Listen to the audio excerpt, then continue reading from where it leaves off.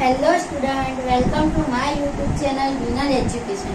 હવે આપણે આ લેક્ચરમાં ધોરણ 10 ના ચેપ્ટર 1 એના સ્વાધ્યાય 1.1 નો ક્વેશ્ચન નંબર 1 કરીશું. બરાબર. આ ક્વેશ્ચન કરતા પહેલા જો તમે મારો પહેલો લેક્ચર જે હતો થિયરીનો એ તમે જોયો હશે તો આ પ્રશ્નો આ જે દાખલા છે એ તમને ચોક્કસથી આવશે. હવે અહીંયા આપણને શું કીધું છે પ્રશ્ન 1 માં કે નીચેની દરેક સંખ્યાને તેના અવિભાજ્ય અવયવોના ગુણાકાર સ્વરૂપે દર્શાવો. હવે અવિભાજ્ય અવયવોના ગુણાકાર સ્વરૂપે દર્શાવવાનું છે. તો આપણે આગળનો લેક્ચરમાં જોઈ રહ્યા કે અવિભાજ્ય અવયવ કોને કહેવાય. તો જે પણ સંખ્યાને ફક્ત પોતાના ઘડિયામાં જ આવે તે સંખ્યાને શું કહેવાય? અવિભાજ્ય સંખ્યા. હવે પહેલા આપણે લખી દઈએ કે અવિભાજ્ય સંખ્યાઓ કઈ કઈ છે. તો આપણને ખબર છે કે 2, 3, 5, 7, 11, 13, પછી 17, 19 ને 23. બરાબર. આ બધી અવિભાજ્ય સંખ્યાઓ છે. આપણે આગળના લેક્ચરમાં એ જોઈ ગયા. હવે અહીંયા આપણને પહેલો પ્રશ્ન છે કે 140 છે તો એને આપણે અવિભાજ્ય અવયવોના ગુણાકાર સ્વરૂપે દર્શાવ. તો આપણને ખબર અહીંયા આપણે શું કરવાનું કે છેલ્લો અક્ષર જોવાનો. તો છેલ્લો અક્ષર એકી સંખ્યા છે કે બેકી સંખ્યા? તો 0 એ બેકી સંખ્યામાં આવે. જો બેકી સંખ્યા હોય તો એને 2 વડે ભાગી શકાય. એટલે કે 140 ને આપણે 2 વડે ભાગીએ તો શું આવે? તો આપણે બધા જ જાણીએ છીએ કે 2 વડે ભાગીએ તો 70 દુ 140. બરાબર. હવે ફરી 0 આવ્યો, પાછળ 0 છે તો 70 ને પણ 2 વડે ભાગી શકાય. તો શું આવે? 35 દુ 70. હવે અહીંયા જો પાછળ અંક એકમનો અંક છે. હવે 5 છે એને 2 વડે ભાગી શકાય નહીં. પણ 5 વત્તા 3 કરો તો 8 થાય. તો 8 ને આપણે જોવાનું કે 8 છે એ એકી સંખ્યા છે તો એને કયા ઘડિયામાં આવશે? 35. તો આપણને ખબર છે કે 35 ને 5 ના ઘડિયામાં આવે. બરાબર. 5 છતા 35. તો આ જે થયા, આ જે 2 છે, 5 છે, 7 છે, બધા કેવા અંકો છે? તમે જોશો તો એ બધા અવિભાજ્ય અવયવો છે, અવિભાજ્ય અંકો છે. તો 140 ને આપણે અવિભાજ્ય અવયવ સ્વરૂપે લખવું હોય તો શું લખાય? અહીંયા 2 વખત છે તો 2 ગુણ્યા 2 ગુણ્યા 5 ગુણ્યા 7. બરાબર. હવે અહીંયા 7 ને આપણે કશે વડે ભાગી શકીએ નહીં તો 7 × 7 પણ લખી શકીએ અને આવું લખો તો પણ ચાલે. તો અહીંયા શું આવશે? 2 વખત છે તો 2 નો વર્ગ ગુણ્યા 5 ગુણ્યા 7. તો આ થયું 140 ને આપણે અવિભાજ્ય અવયવોના ગુણાકાર સ્વરૂપે દર્શાવ્યા. નેક્સ્ટ. હવે સેકન્ડ નંબરનું છે 156. હવે અહીંયા છેલ્લો અક્ષર છે બેકી સંખ્યા છે. બરાબર. 2, 4, 6, 8, 10, 12 જે 2 ના ઘડિયામાં આવે ને બેકી સંખ્યા કહેવાય. તો એને પણ આપણે 2 વડે ભાગી શકીશું. તો 156 ને આપણે 2 વડે ભાગીએ તો શું આવે?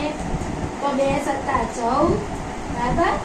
અને 2 અઠા 16 એટલે 78 × 156 થાય. તો અહીંયા શું આવે? 2 અને આવે 78. હવે અહીંયા પાછળ પણ 8 છે. 8 પણ કેવી સંખ્યા છે? બેકી સંખ્યા છે. તો એને પણ આપણે 2 વડે ભાગી શકીશું. તો 8 ને પણ 78 ને પણ 2 વડે ભાગીએ તો શું થાય? 2 તરી 6 અને 2 નવા 18 એટલે 39 દુ 78. બરાબર. 39 દુ 78. હવે અહીંયા આવ્યો 9. 9 કેવી સંખ્યા છે? એકી સંખ્યા છે. હવે એને 2 વડે ભાગી શકાશે નહીં. તો 3 વડે ભાગી શકાય. તો આ બેનો સરવાળો કરવાનો. 9 ને 3 12. તો 3 ના ઘડિયામાં 12 આવે. 3 ચોક 12. તો આપણે એને 3 વડે ભાગી શકીશું. તો ડાયરેક્ટ તમે ભાગાકાર કરો 3 વડે તો 3 × 3 અને 3 તરી 9 એટલે કે 13 તરી 39 થાય. બરાબર. અને છેલ્લે આપણે લખવું હોય તો 13 લખી શકીએ. હવે આને આપણે અવિભાજ્ય અવયવ સ્વરૂપે લખવું હોય તો 156 બરાબર અહીંયા 2 વખત છે. 2 ગુણ્યા 2 એટલે 2 નો વર્ગ ગુણ્યા 3 ગુણ્યા 13. આ રીતે લખી શકાય. નેક્સ્ટ. હવે થર્ડ નંબરનો છે 38 25.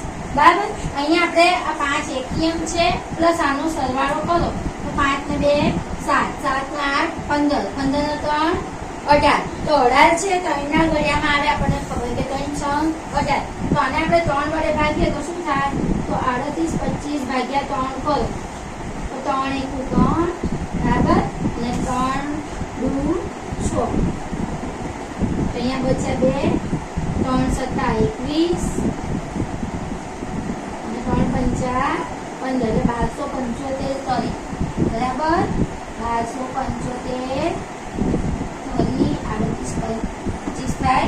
હવે અહીંયા પણ એકી સંખ્યા આવી પ્લસ આનો સરવાળો કરો કે 7 ને 5 12, 12 ને 2 14, 15, 15 પણ 3 ના ઘડિયામાં આવે છે તો ફરી આપણે આને 3 વડે ભાગો 1275 ભાગ્યા 3 તો 3 ચોક 12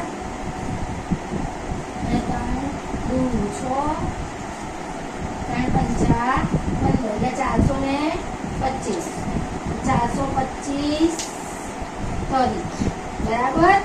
હવે 425 છે અહીંયા પણ 5 ને 2 7 ને 4 11 તો 11 છે 3 ના ઘડિયામાં આવે નહીં તો હવે આગળ 3 પછી શું છે 5 છે તો 5 થી ભાગ ચલાવવાનો પછી 2 વડે ભાગ ચાલે નહીં.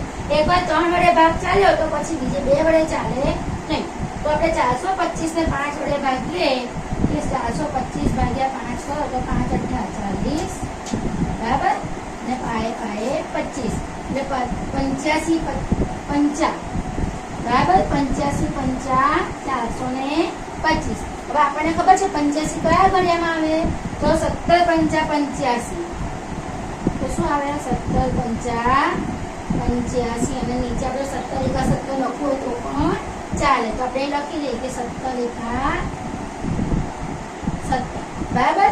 તો 38 25 છે એના અવિભાજ્ય અવયવ સ્વરૂપે દર્શાવીએ તો શું લખાય કે 38 25 બરાબર અહીં જો 3 ગુણ્યા 2 વખત 3 છે પછી 2 વખત 5 છે અને 1 વખત 17 છે તો 3 નો વર્ગ ગુણ્યા 5 નો વર્ગ ગુણ્યા 17.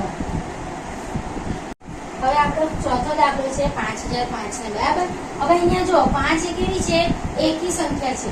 હવે 5 છે 2 ના ઘડિયામાં પણ ના આવે 3 ના ઘડિયામાં પણ ના આવે તો આપણે 5 વડે ભાગ ચલાવીએ તો 5005 ને આપણે 5 વડે ભાગીએ તો આપણને ખબર છે કે 5 એકુ 5 બરાબર અને 0 0 તો અહીંયા પણ 0 0 અહીંયા 5 તો 5 એકુ 5 એટલે 1001 આવે તેના શું ભાગ પડ્યા 1001 50 5005.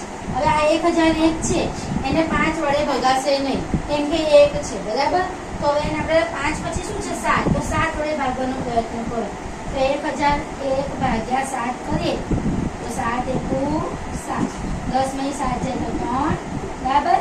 હવે 7 ચોક 28 થાય વધ્યા 2 અને 21 તો 7 કરી 21 એટલે કે 143 સત્તા 143 સત્તા થાય તો આ અવિભાજ્ય જે સંખ્યા ને આ બાજુ લખવાનું અને આ 143 સત્તા 1001. હવે 143 છે એને તમે જુઓ 4 3 7 ને 1 8 સરવાળો કરો તો 8 છે એ 7 ના ઘડિયામાં આવે નહીં. હવે આપણે 7 પછી 11 છે હવે એને 11 વડે ભાગો તો 143 ભાગ્યા 11 કરીએ તો 11 એકુ 11 બરાબર અને 11 કરી 33 એટલે 13 ગુણ્યા 11 શું થયું 13 ગુણ્યા 11 તો આ પડ્યા આપણા અવિભાજ્ય અવયવો. તો 5005 ને આપણે કઈ રીતે લખી શકીએ તો 5005 બરાબર જો 5 ગુણ્યા 7 5 ગુણ્યા 7 ગુણ્યા 11 ગુણ્યા 13 તો આ રીતે આપણે એને દર્શાવી શકીએ. હવે નેક્સ્ટ દાખલો છે 5 નંબરનો 74 29. અહીંયા છેલ્લો 9 છે જે એકી સંખ્યા છે એટલે આને 2 વડે આપણે એને ભાગી શકીશું નહીં. આ ઉપરાંત 74 29 ને તમે 3 5 7 11 અને 13 વડે ભાગશો ને તો પણ એ ભગાશે નહીં તો આપણે ડાયરેક્ટ એને 17 વડે ભાગીએ તો 74 29 ભાગ્યા 17 કરીએ બરાબર તો શું આવે 17 ના ઘડિયામાં 17 ચોક 68 14 માંથી 8 જાય તો 6 રહે અહીંયા અને આ 62 બરાબર તો 17 તરી 51 અહીંયા 2 માંથી 1 ગયા 1 6 માંથી 5 જાય 1 અને આ 9. હવે 17 ના ઘડિયામાં 119 આવે તો હા 17 સિત્તા 119 થાય બરાબર તો આનું શું આવ્યો આન્સર 17 અને અહીંયા આવશે 437. હવે આ 437 છે છેલ્લો અંક 7 છે પ્લસ 8 નો તમે સરવાળો કરશો તો 7 ના 3 10 ને 4 14 થશે. 14 છે 17 ના ઘડિયામાં આવે નહીં.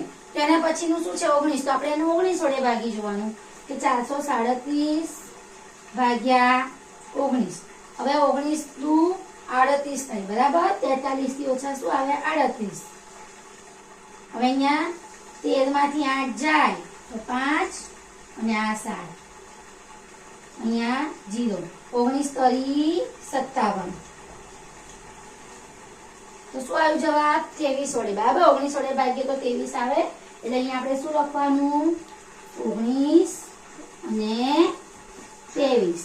હવે આ 23 છે તો આપણે 23 એકા 23 પણ લખી શકીએ. 23 કેવી છે અવિભાજ્ય સંખ્યા છે બરાબર. એટલે હવે આપણે આને અવિભાજ્ય અવયવના ગુણાકાર સ્વરૂપે લખવું હોય તો શું લખાય કે 74 29 બરાબર 17 ગુણ્યા 19 ગુણ્યા 23. તો 17 ગુણ્યા 19 ગુણ્યા 23.